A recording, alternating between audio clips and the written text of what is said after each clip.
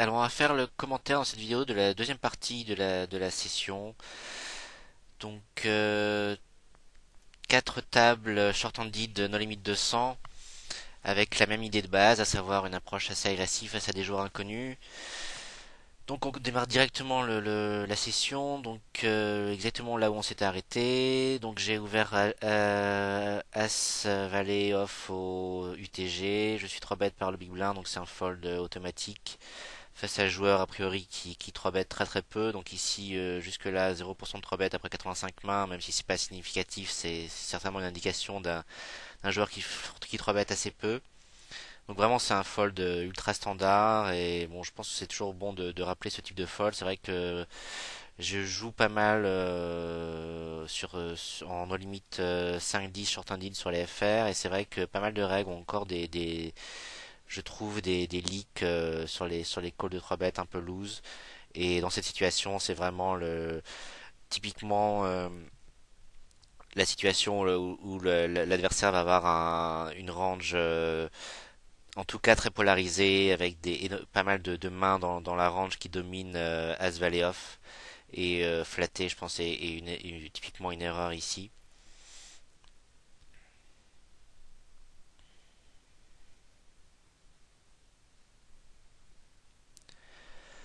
Donc toujours en bas à droite, paire de dames au big blind, 3 bêtes standard. Face à un joueur qui a l'air relativement serré.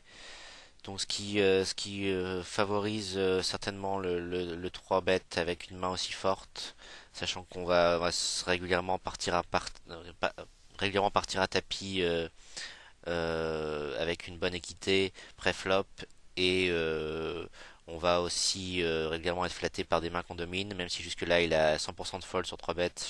Bon, c'est pas forcément significatif non plus.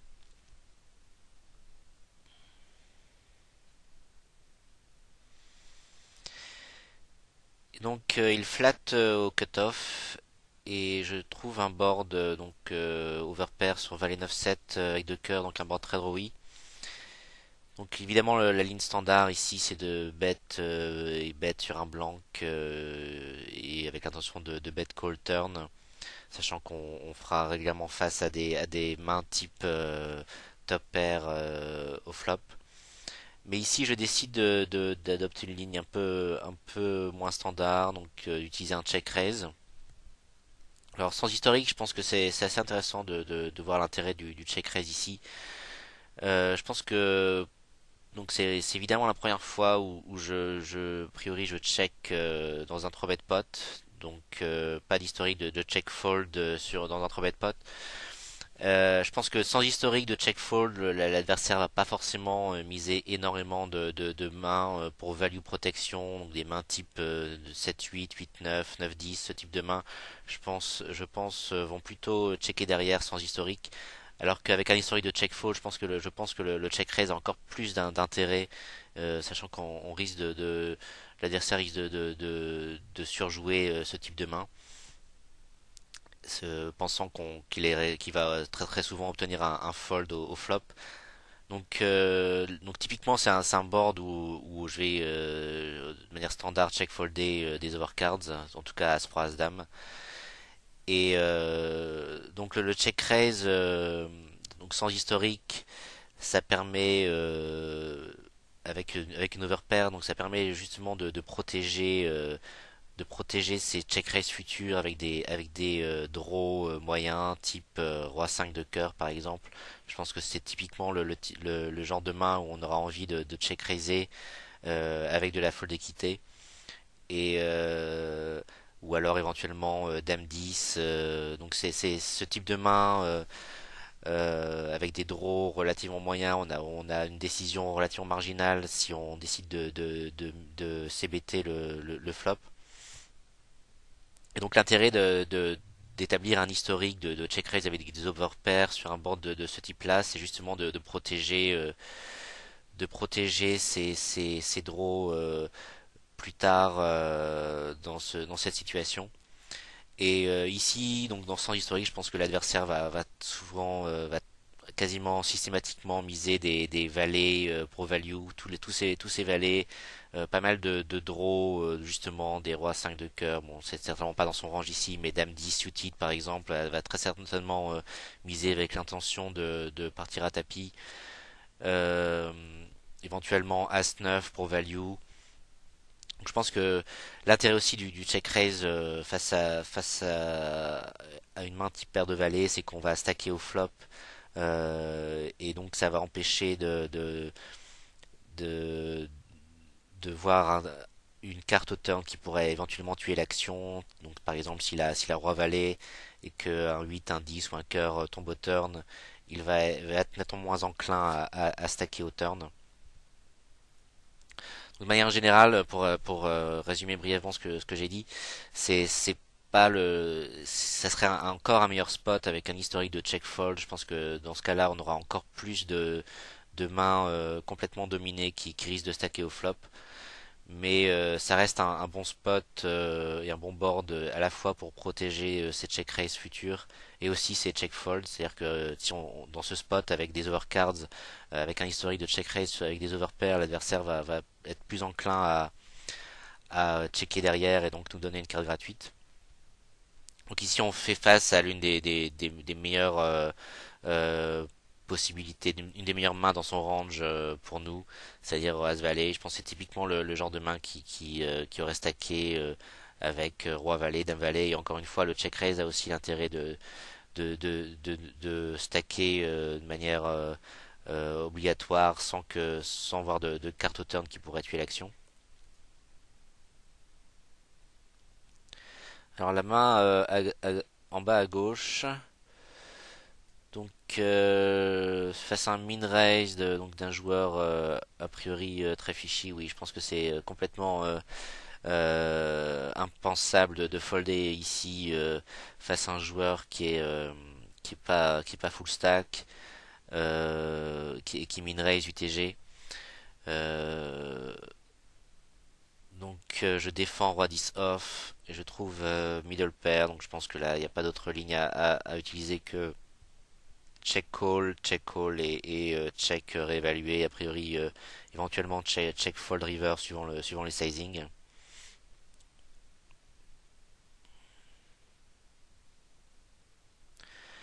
Donc il check turn ici, je pense que j'ai pas de suffisamment de value avec la dame river. Sans la dame, j'aurais évidemment fait un value bet river qui est complètement automatique. Et river, il overbet le pot, donc je pense que là vu le profil, c'est un fold sans aucun problème. Je pense qu'il a très souvent roi valet dans ce spot et donc les nuts. Alors ici en haut à gauche, j'ouvre as dame suited et je suis donc collé et squeezé au cutoff. Donc là encore, bon cette fois-ci c'est quand même un fold très tight. Malgré tout, donc on a un joueur a priori assez tight qui m'a flatté sur ma gauche, donc mon ouverture UTG. Donc on va pas forcément dominer sa range de flat. Et le point principal, c'est là encore le 3 better qui jusque-là n'a que 3% de 3 bêtes. Et c'est pas forcément standard de faire des squeeze light en position comme ça après un flat call, surtout d'un flat call d'un joueur a priori serré. Donc je pense que ça reste un fold correct face avec les indications qu'on a ici contre évidemment un régular standard dont on sait qu'il peut squeezer relativement light dans ce spot, qui a des pourcentages de 3 bêtes de 7% et plus, c'est évidemment un flat. Il est a priori hors de question de 4 BT de manière standard sans historique particulier, mais ça reste un flat avec As-Dame suited qu'on équilibrait avec des mains type paire de 10, paire de valet et éventuellement des paires d'As, paire de rois slow playés, même si on va pas forcément faire ça régulièrement, sachant qu'on sera souvent amené à jouer un pot multi-way avec le joueur qui a flatté derrière. Mais encore une fois, vu tous les renseignements qu'on a ici en termes de stats, même si il y a assez peu de mains jusque-là, ça reste un fold. Et Lucky Ben qui New York Back Raise, bon, ce qui est relativement étonnant. Enfin, je pense que c'est le New York Back Raise assez standard avec paire de 10 paire de valet d'un joueur qui a l'air relativement tight, même si là encore on a extrêmement peu de mains.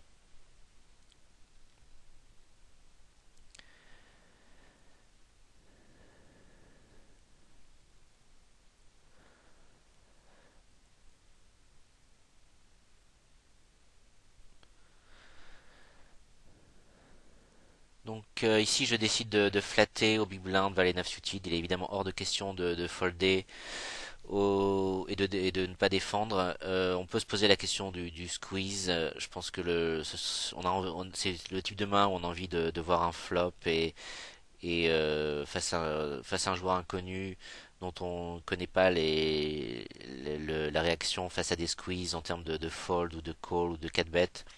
Je pense que ça reste meilleur de défendre et de ne pas squeezer. Je pense que l'intérêt du squeeze ici aussi, c'est que le small blind a l'air vraiment médiocre et il est possible qu'on obtienne pas mal de flat call de sa part hors d'opposition avec des mains très moyennes et c'est évidemment la situation idéale pour nous ici. Mais encore une fois, sans connaître vraiment les réactions face au squeeze de l'ouvreur au bouton, je pense que la défense reste légèrement supérieure. Donc ici, évidemment, sur ce board, aucune raison de faire de move a priori. Donc en bas à droite, donc là je pense que c'est une main assez standard où je flatte une ouverture UTG. Là encore, on peut envisager de 3 BT, mais il faut vraiment connaître bien les ranges de flat et de 4 bet et contre un joueur qui va folder énormément sur les 3 bêtes hors de position, il y a vraiment assez peu d'intérêt à 3 BT paire de valet ici face à une ouverture UTG. Et post-flop, je pense que là encore c'est assez automatique, donc flat au flop et fold au turn. Donc le flat au flop étant donné qu'on a un peu d'équité, enfin, si on est derrière et on aura relativement régulièrement la meilleure main sur un board où il grise de CBT pas mal de petites pocket pairs, ce genre de main. Et évidemment sur un deuxième barrel on va folder.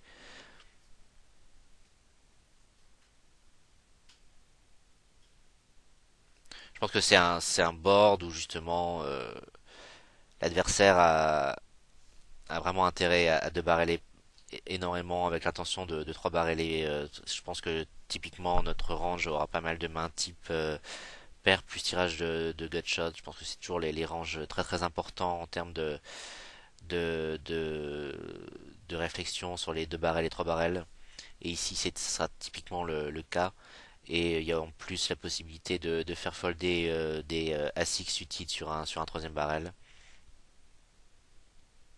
Mais bon, je pense que surtout en limite 200, les joueurs vont très souvent checker ce board, à moins d'avoir une équité assez décente, donc typiquement des tirages de flush draw trouvés au turn. Alors en haut à gauche, donc je fais un isolation raise avec 4-3 suited au bouton face à un limper. Donc jusque là 39-0, donc c'est vraiment le genre de joueur contre lequel on va énormément faire des isolation raise. Et là encore, je pense que c'est le genre de spot où, je pense en avoir déjà parlé, mais où les joueurs de nos limites de 100 sont pas assez aggro et ne call de 3 bêtes pas assez dans ces situations-là. Donc vraiment toutes les raisons pour avoir envie de faire des evolution raise avec des ranges très larges et ce qui permet en, principalement de prendre l'initiative post-flop face à un joueur qui est assez passif et qui va faire pas mal d'erreurs post-flop. Donc contre un joueur qui limp avec un range beaucoup plus serré, avec une range beaucoup plus serrée, ou alors avec des joueurs derrière très très aggro qui vont régulièrement call 3 BT, on peut overlimper ce type de main. Mais je pense que là c'est vraiment un isolation raise complètement standard. Alors l'adversaire qui fait un donk bet à hauteur du pot, donc évidemment une mise assez suspecte. Je pense que typiquement un joueur médiocre va faire ça avec des mains très très médiocres, type bottom pair, middle pair, pocket pair, inférieur au 5, ce type de main. Ou éventuellement même hauteur as. Donc je pense que le flat au flop reste bon, sachant qu'on a une équité décente face à son range. Euh, Évidemment avec moins d'équité. Je pense que ça reste close ici au flop, sachant que notre main est quand même notre équité est quand même pas énorme avec la présence du flush draw, le fait que le set un set ne nous donnera pas forcément la meilleure main, etc., etc. Donc en l'occurrence, je préfère je pense que je préfère légèrement un raise flop avec l'intention évidemment de folder sur un 3 bet, même si les stack size sont pas forcément idéaux pour un raise flop. Et en revanche, au turn, là je suis je pense vraiment que c'est un bet turn. Je pense que notre équité est vraiment pas suffisante pour avoir envie de prendre la carte gratuite. Et je pense qu'avec une main type valet 10 de cœur, enfin toutes les mains type gutshot, enfin combo draw, je pense que prendre la carte gratuite et avec l'intention évidemment de bluffer river reste reste légèrement meilleur au bet turn, sachant que ce type de joueur est assez, en général assez friand du check raise turn dans ce type de spot. En revanche, avec une main avec une aussi faible équité au turn, je pense que le bet turn, donc environ 30 dans 54, ce qui permet d'avoir un bet fold assez standard au turn et meilleur. Alors river, donc m'interroge sur l'intérêt d'un overbet ici. Alors bon, je pense qu'on a dans les vidéos Limpers, on a pas mal parlé d'overbet. Je pense que l'intérêt de l'overbet, c'est essentiellement le vouloir faire folder une très très grande partie de sa range, y compris toutes les mains type top pair. Et donc ici, c'est pas vraiment je pense que c'est pas vraiment adapté, sachant que d'une part, il peut très bien avoir dans son range, dans sa range des tirages de cœur qu'il a décidé de check Crazy River. Et d'autre part, il a très rarement top pair ou mieux dans sa range. Donc, je pense que une mise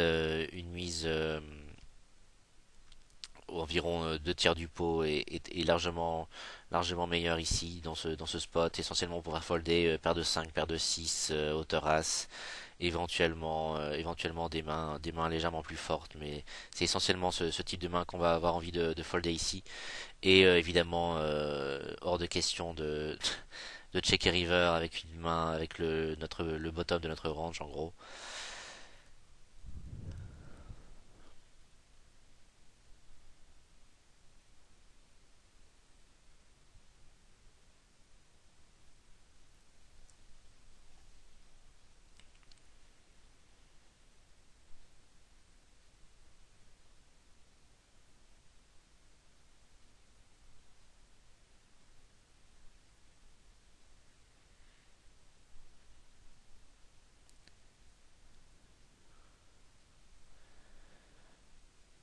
Donc dans l'ensemble des tables quand même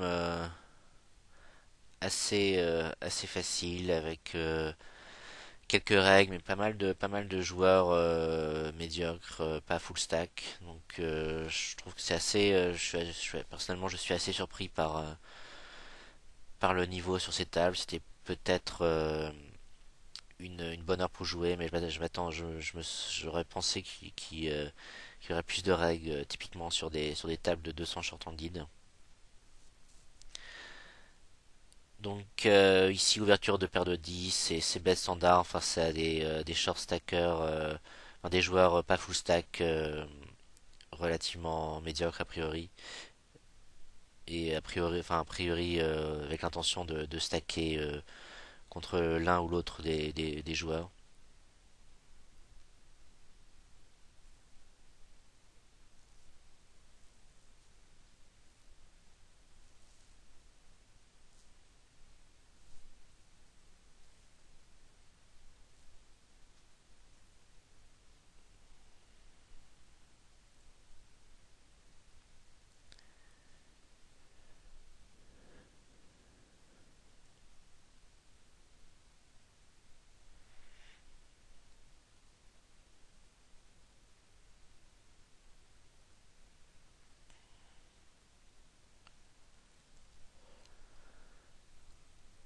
Donc en bas à droite, paire de 6 sous bouton.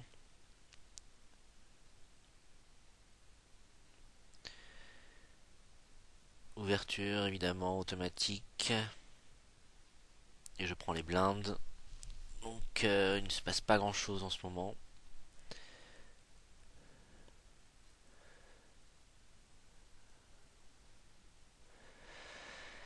Alors ici, je décide d'overlimper face à un joueur avec simplement 10 blindes, donc un joueur a priori assez horrible, 29-11 en étant aussi short, c'est évidemment assez horrible.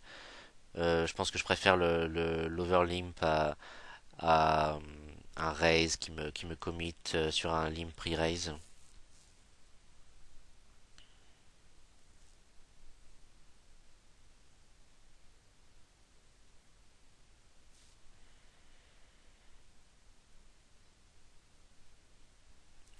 Donc pas mal de pots multi-way, donc dans l'ensemble ça rend le jeu certainement plus straightforward.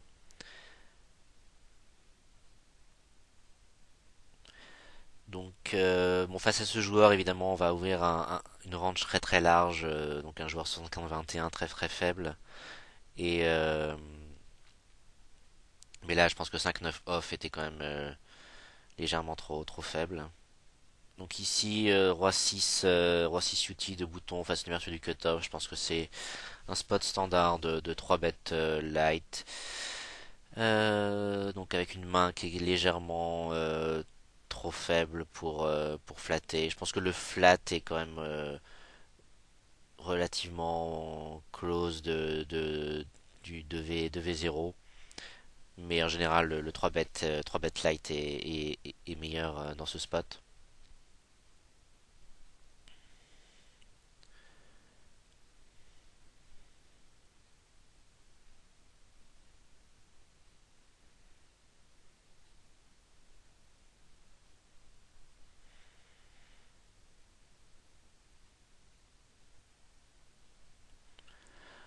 Oui, en haut à droite, je pense que c'est une ouverture face à un joueur qui a l'air super tight, super nitty.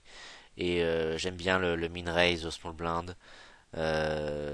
Contre un joueur qui justement ne s'adapte pas, c'est le sizing qui offre évidemment le maximum de V dans le sens où essentiellement on veut lui faire folder pré-flop. Et vu ses stats jusque-là, je pense que le min raise avec N2 est largement profitable et sans doute plus profitable que le standard de 3x ou plus.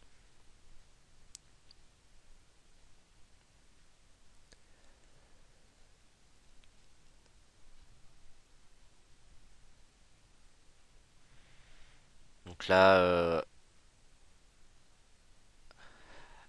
en haut à droite, j'ai décidé de checker flop face à un joueur 69-0, mais malgré tout, je pense que c'est un board qui touche quand même très régulièrement sa range de flat au big blind. Je pense qu'il va très souvent avec ce type de stats, il va défendre tous les tous les as, pratiquement tous les rois, évidemment tous les Broadway, donc je pense qu'il va assez rarement folder sur un c-bet sur ce type de board. Et je pense que c'est un board où le delay de c-bet est meilleur que le c-bet face à un joueur aussi loose pré-flop.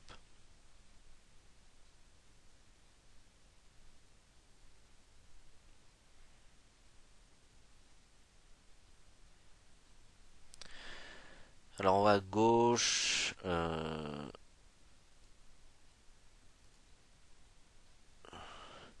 Donc je défends As-4 off. Je pense que c'est une défense assez standard et je flatte le flop donc avec pair de board. Je pense que pardon, là encore c'est assez automatique. Pré-flop on peut envisager un 3 bet 3 bet light. Les deux lignes sont tout à fait envisageables et donc sur ce deux barrels, bon, le fold est complètement standard et ça peut être éventuellement un spot de bluff raise, mais bon, je pense que on peut euh, on peut réserver ces bluff raise avec un peu d'équité, donc avec des mains type 4-5 par exemple, 5-8, ce type de main avec un tout petit peu d'équité où on n'est pas commit sur un 3 bet évidemment.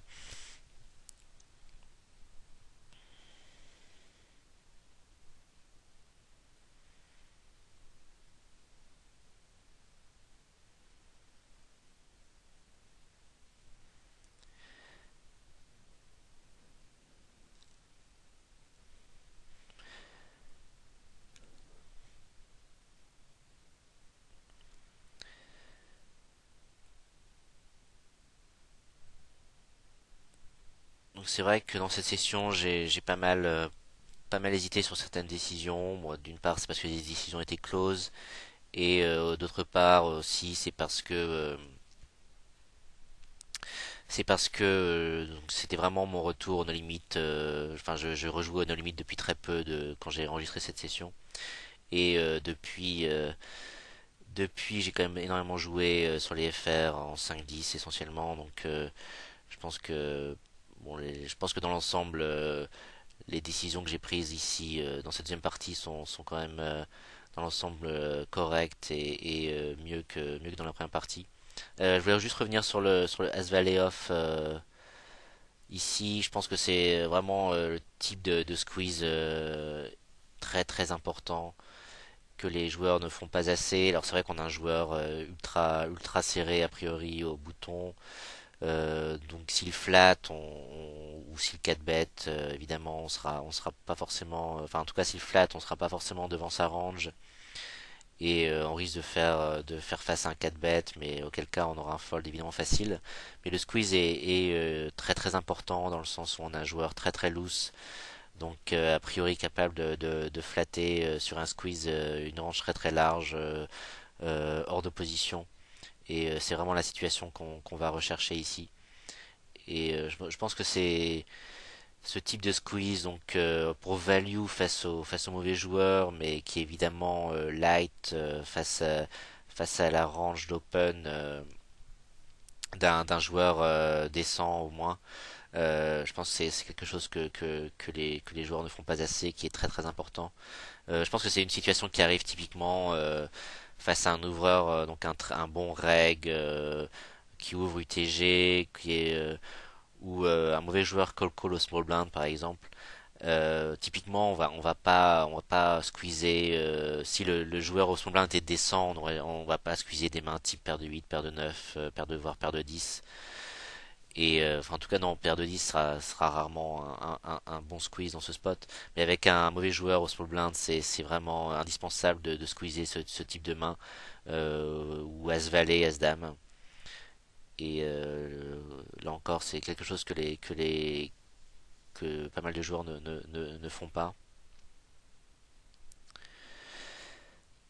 Donc en haut à droite, donc spot automatique de c-bet.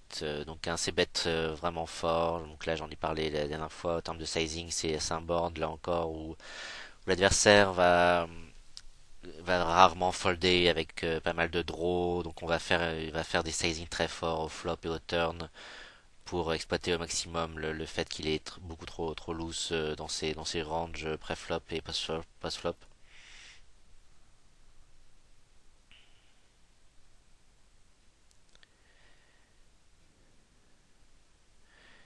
Et vraiment les notions de pot de contrôle face à des joueurs passifs faibles n'ont vraiment aucun sens.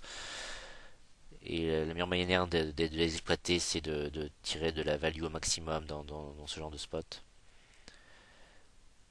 Donc là, je pense que c'est quand même relativement loose ce que j'ai fait là avec paire de 6.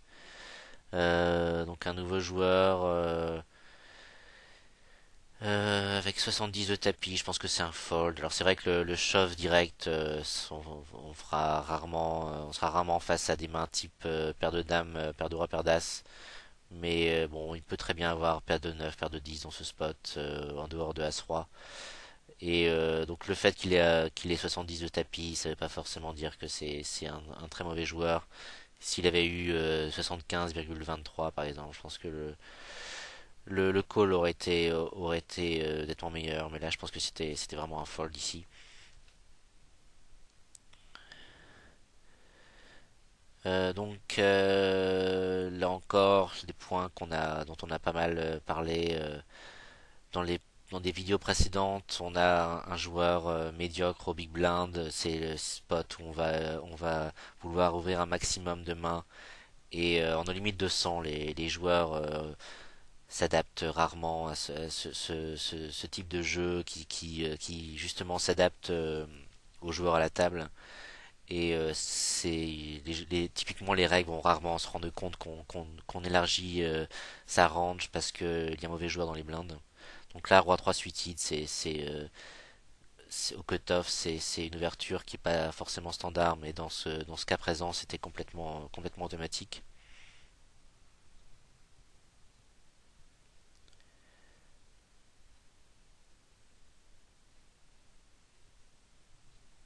Donc bon, ouais, je pense, honnêtement, je pensais vraiment que j'allais être plus agressif dans cette session, mais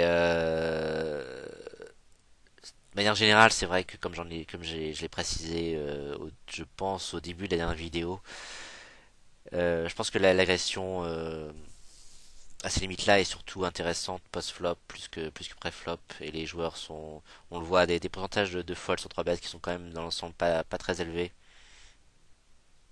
avec typiquement un joueur comme le Mar qui a l'air reg à ces limites-là, qui a 50% de fold sur 3 bêtes, pourtant avec des ouvertures relativement lag avec 27-20 jusque-là. Et donc dans l'ensemble des règles qui fold pas tant que ça sur les 3 bêtes.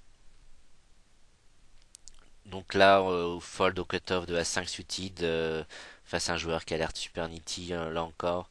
Donc c'est vrai on voit assez nitty sur les folds sur 3 bêtes. Mais bon, je pense que c'est un spot où il vaut mieux utiliser les informations disponibles et jusqu'- en étant face à des joueurs avec des stats très nitty, même avec un peu de main, je pense que c'est meilleur d'avoir une approche prudente entre guillemets. Donc ici, je vais juste revenir sur la main en bas à droite. Donc j'ai 3 BT, paire de dames évidemment au big blind face à l'ouverture du bouton. Et je suis flatté donc par le bouton. Je trouve donc un board assez similaire à celui de tout à l'heure où j'ai check raisé. Donc ici, je pense que le c-bet est meilleur. Alors je sais pas si le joueur était déjà présent à la table, mais en imaginant qu'il était déjà présent, je pense que c'est typiquement le après avoir check raisé ce genre de board, l'adversaire va être vraiment très très précautionneux au flop et va vraiment miser que ses gros draws et que ses très bonnes mains. Et donc je pense que c'est pas du tout le bon spot pour faire un check raise si l'adversaire avait pu voir la main en question. Donc je pense que le post flop, la main est assez standard, donc avec un c-bet, avec l'intention de stacker. Et donc sur l'as de trèfle, je pense que c'est un check. Je pense qu'il y a très très peu de value à miser turn sans historique. Et bon, évidemment, j'aurais check call un barrel et réévaluer river. Je pense que a priori check call, check fold est la ligne relativement standard sur ce type de board. Malgré tous les draws ratés, bon, c'est un board qui touche quand même énormément ma range de 3 bêtes. Et c'est pas un board où l'adversaire va bluffer très très souvent a priori river si la barrel est turn. Et donc encore une fois avec l'as au turn, je pense que tous les mains type paire de valet, paire de 10 risquent de folder. Alors il y a un peu de value sur des mains type roi valet, dame valet, enfin paire plus gutshot. Mais je pense que la value reste assez faible et on n'a pas on a une décision quand même assez compliquée sur un shove de la part de l'adversaire, sachant que le board est très droïque, il peut avoir pas mal de combos de draw dans son range type paire plus tirage de couleur. Donc je préfère le check avec l'intention de value river sur un blank. Et ici, donc je trouve les nuts et bon évidemment je décide de value petit, donc essentiellement avoir le maximum de value, donc la value d'une range la plus large possible. Donc typiquement, je pense que dans son range ici, il y a quand même encore pas mal de mains type une paire, donc tous les valets 9, 19, etc. Il y a quelques mains type deux paires dans le range également. Mais je pense qu'il y a aussi un aspect induction, induction de bluff ici avec un board extrêmement drawy. Et je pense que le sizing faible, donc qui permet qui d'induire un bluff et d'avoir de la value d'une range très très large est préférable ici.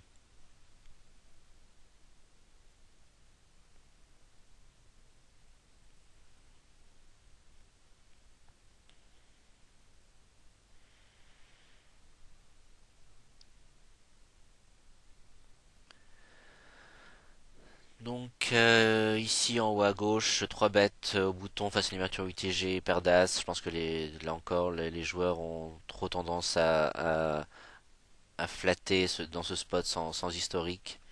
On a un joueur qui jusque-là a des stats extrêmement serrées et je pense que vraiment le meilleur moyen d'avoir le maximum de value c'est de 3BT le 3BT pré-flop avec sachant on risque de partir régulièrement à tapis pré-flop.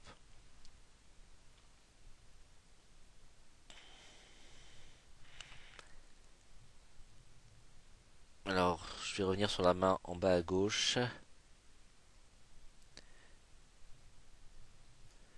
Donc, j'ouvre donc évidemment As Valet off au UTG. Je suis flatté par Terge 18 au small blind qui donc bet le flop. Là en l'occurrence j'aime pas vraiment mon float donc avec assez peu d'équité et d'une part j'aurais préféré un bluff raise encore bon je vais pas revenir sur l'aspect bluff raise versus float, j'en ai déjà parlé dans la vidéo précédente mais mais bon, a priori c'est un joueur donc qui est full stack, sans doute un régular. Et je pense que son range donc bet dans ce spot est quand même relativement fort. Ça peut contenir des brelans, des flush draws, hauteur as, etc. Et autant face à un joueur médiocre, évidemment, on peut flatter ou flotter ou bluff raiser, mais ici, j'aime pas du tout mon float au flop. Bon alors évidemment, sur le turn, pas d'autre choix que de flatter et va de value river ici dans ce spot. Bon, a priori, il a pas énormément de, de flush dans son range ici.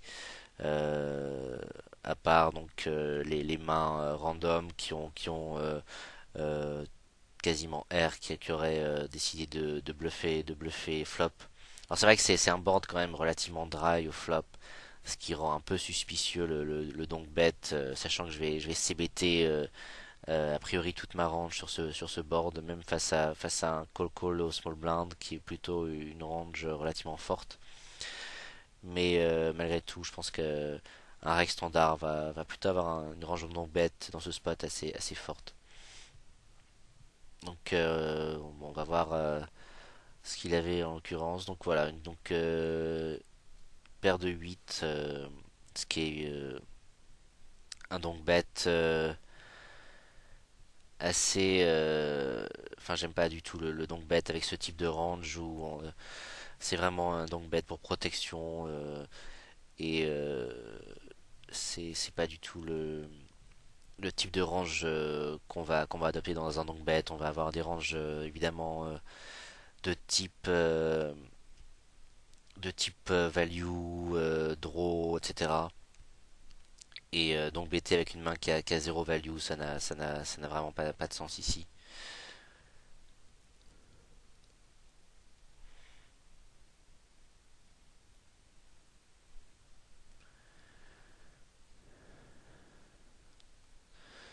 Donc là, je décide en haut à gauche de 3 bet light, Virtue UTG. Donc bon, c'est un joueur qui est évidemment médiocre, qui a l'air relativement serré sur ses ouvertures UTG. Mais le fait qu'il soit a priori straightforward post-flop et qu'il ait quand même une range de flat d'un 3 bet hors de position assez large. Je pense que ça rend le 3 bet light assez intéressant face à ce type de joueur, même si son ouverture est, même si son range ouverture, sa range ouverture est pas forcément très large.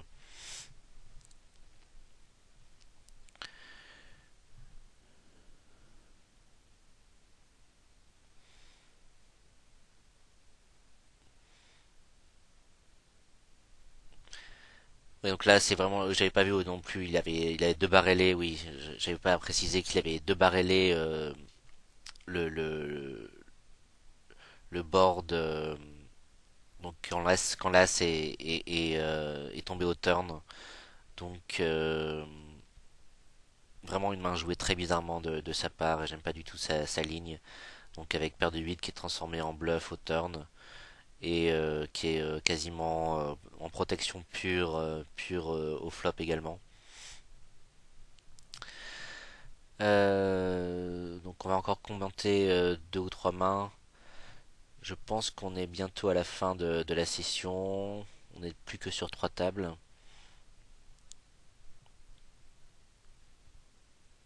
Alors c'est vrai que j'ai fait quelques erreurs dans l'ensemble dans cette session. C'était mon retour au no limit. Mais je pense que c'est aussi intéressant de voir dans les commentaires a posteriori les erreurs que j'ai pu faire. Et donc ici j'avais 9-8 off au big blind. Là encore ça peut être un spot de squeeze avec un joueur faible au small blind qui risque de flatter une range très large et qui est a priori straightforward avec pas mal de folds sur ses bêtes post flop. Malgré tout, bon, 9-8 off reste une main quand même un peu marginale et on préférera avoir des mains avec un peu plus d'équité pré-flop et post-flop.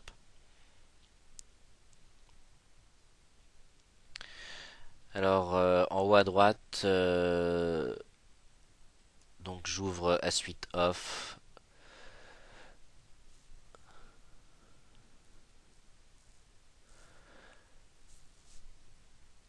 suis évidemment flatté par le Big Blind qui est extrêmement large.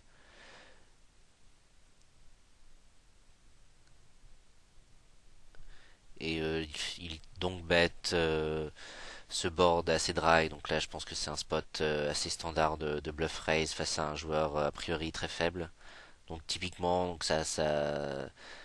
euh, c'est le type de main où on va largement préférer un bluff raise au float pour les raisons que j'ai pas mal expliquées déjà. Donc bah, on va s'arrêter là pour cette deuxième partie de vidéo. Dans les prochaines, je pense plutôt m'intéresser aux no limit sur les sites FR. Encore que je pense que le niveau sur ces tables était quand même relativement proche des sites FR aujourd'hui. Bah donc je vous dis à très bientôt pour de nouvelles vidéos et à très bientôt sur les forums. Bye bye.